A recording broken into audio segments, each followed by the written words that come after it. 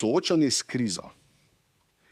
Ali kriza je ali kriza ni, ne vem, jaz sem jih nekaj že preživel, ampak vsakič sem rekel, jaz sem zdaj tukaj na tem svetu, zdaj tistih nekih 100 let je, v katerem jaz živim, in ne glede na krize, ki so že bile in na krize, ki še bodo, moram pogledati, kako bom živel zdaj tukaj in z tem, kar imam, oziroma s temi ljudmi okoli sebe.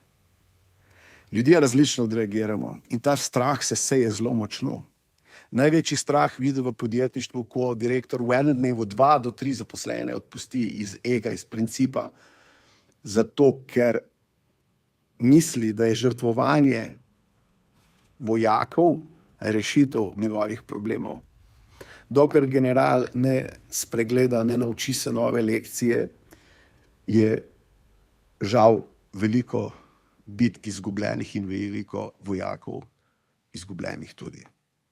Zato pravim pogosto, če ti okolica nastavlja ogledalo, zakaj ne sprejmeš te slike in začneš delati? Če v tem času, ki je zdaj, ko mi živimo, z umetno inteligenco, z vsemi mentorji, coachi in pa psihoterapevti, ne najdeš pomoči zase, je nisi iskal.